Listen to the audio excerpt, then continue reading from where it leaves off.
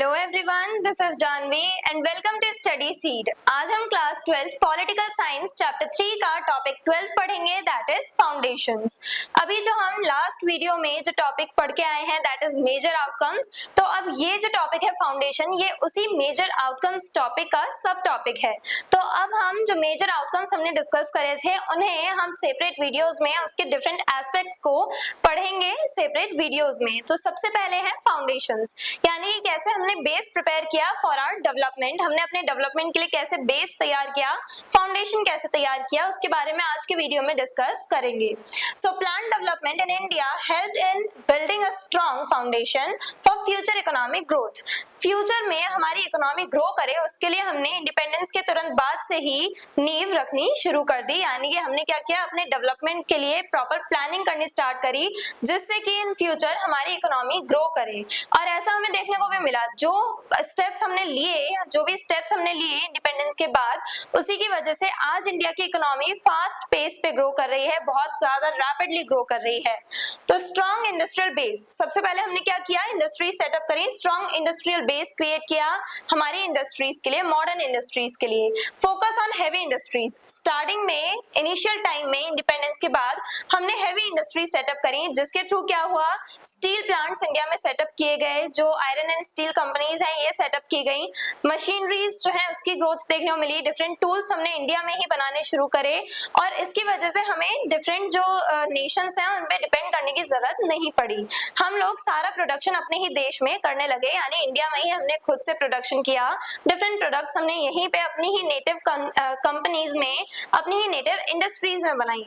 तो इसकी वजह से हमें इंपोर्ट्स पे डिपेंड होने की जरूरत नहीं पड़ी। This made India more self reliant and reduced dependence on imports. इसी की वजह से इंडिया जो है वो सेल्फ रिलायंट था, यानी इंडिया को किसी पे डिपेंड होने की जरूरत नहीं है फॉर इंपोर्ट्स।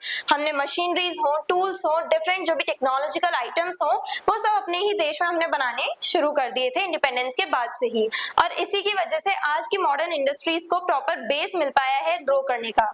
सेकेंड, इंफ्रास्ट्रक्चर का डेवलपमेंट हमने करवाया, development of basic infrastructure such as transport, electricity and irrigation system.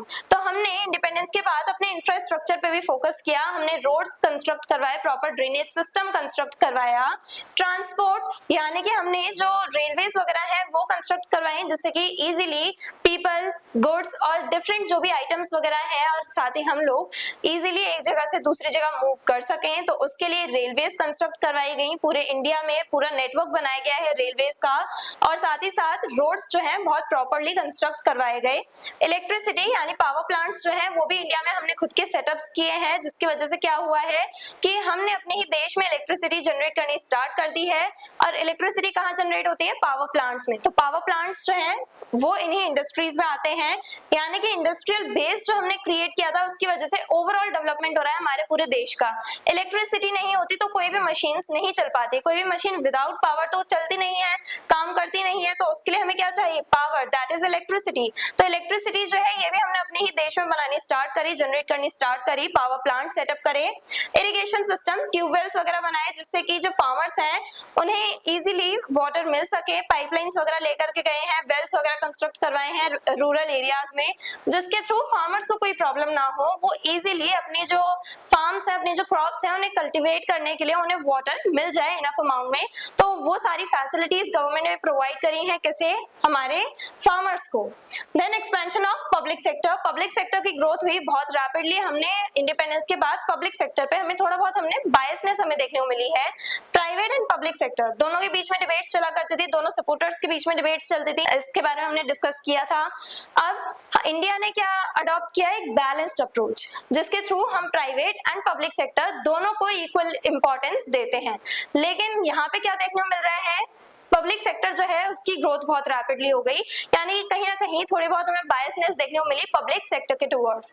Public sector जो है इसकी ग्रोथ होती चली गई, काफी सारे पब्लिकली ओन्ड इंस्टीट्यूशंस यानी गवर्नमेंट ओन्ड इंस्टीट्यूशंस सेटअप किए गए, ये इंश्योर करने के लिए कि नेशन जो है उसका डेवलपमेंट हो पाए इजीली, इकोनॉमिक डेवलपमेंट हो पाए हमारे नेशन का, and national control over resources, यानी जो भी रिसोर्सेज हैं उसमें हमारे नेशन यानी कि गवर्नमेंट का कंट्रोल था, जिसके थ्रू हमारे नेशन का डेवलपमेंट हो पाया। क्योंकि अगर आपको डेवलपमेंट करना है, डेवलपमेंट के लिए आपको जितनी भी रिसोर्सेज चाहिए अगर वो इजीली गवर्नमेंट के पास अवेलेबल होंगी तो हम अपने नेशन के डेवलपमेंट में काफी ज्यादा कंट्रीब्यूट कर सकते हैं। तो अब क्योंकि रिसोर्सेज अवेलेबल थे और गवर्नमेंट ओन्ड रिसोर्सेज हैं, सारे गवर्नमेंट का कंट्रोल है सभी रिसोर्सेज पे, तो काफी ज्यादा रैपिडली ग्रोथ हुई है हमारे देश की, हमारी इकोनॉमी की।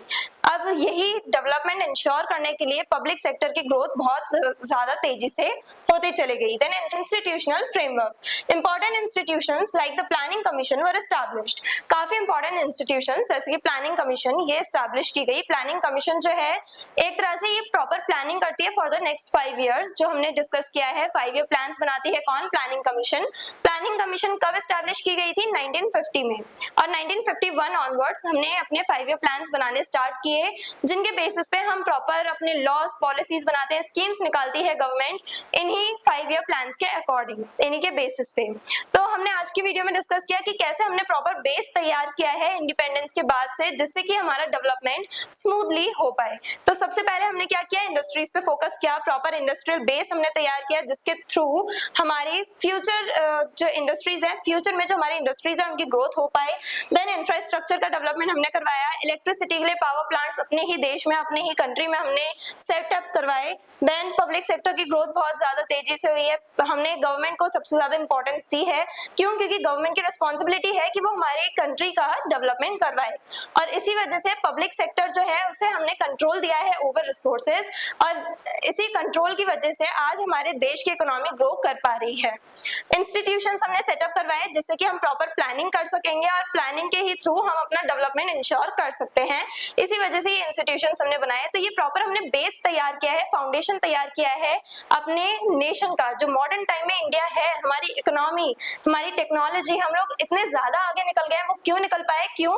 क्योंकि हमारे जो इंडिपेंडेंस के बाद जो भी स्टेप्स लिए गए थे उन्होंने एक प्रॉपर बेस का काम किया है हमारे डेवलपमेंट में। So I hope everything is clear. और अगर आपको इस चैप्टर के डिटेल नोट्स चाहिए तो हमारी वेबसाइट studyseed.net पे विजिट करें, लिंक डिस्क्रिप्शन बॉक्स में दिया गया है। मिलते हैं नेक्स्ट वीडियो में नेक्स्ट टॉपिक के साथ। Stay curious, stay consistent. Thank you very much.